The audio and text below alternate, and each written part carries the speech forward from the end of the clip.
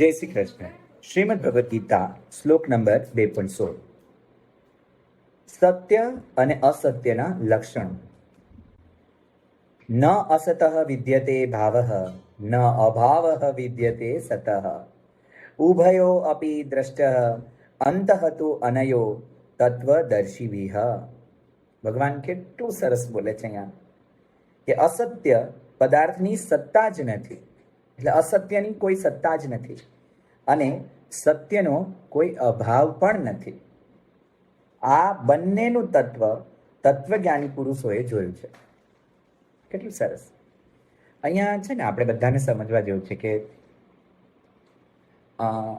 સત્ય હંમેશાથી છે અને એ રહેવાનું છે. પણ આપણે શું કરીએ છીએ કે વ્યક્તિ, વસ્તુ અને પરિસ્થિતિથી ડરીએ. આપણને એમ થાય કે આમ થઈ જશે તો, તેમ થઈ જશે તો, એટલે આનો ભય ઉત્પન્ન થાય, આનો મોહ ઉત્પન્ન થાય.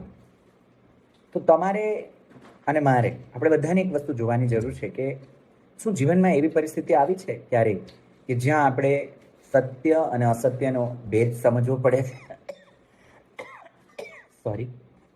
સત્ય અને અસત્યનો ભેદ સમજવો પડે અને એટ ધ સેમ ટાઈમ એ પણ વિચારવા જેવું છે કે જ્યારે વ્યક્તિ, વસ્તુ અને પરિસ્થિતિના ભયમાં કે મોહમાં આવી જઈએ ત્યારે એ સવાલ આપણી જાતને પૂછવાનો કે શું આ સત્ય છે, જે હું વિચારું છું એ રિયલ છે કે ઇમેજિનરી છે?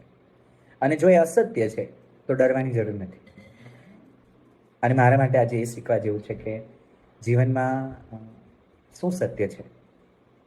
તો જીવનમાં એક સત્ય છે અને એ છે મારો ધર્મ, ઈશ્વરનો પ્રેમ અને મારું કર્તવ્ય.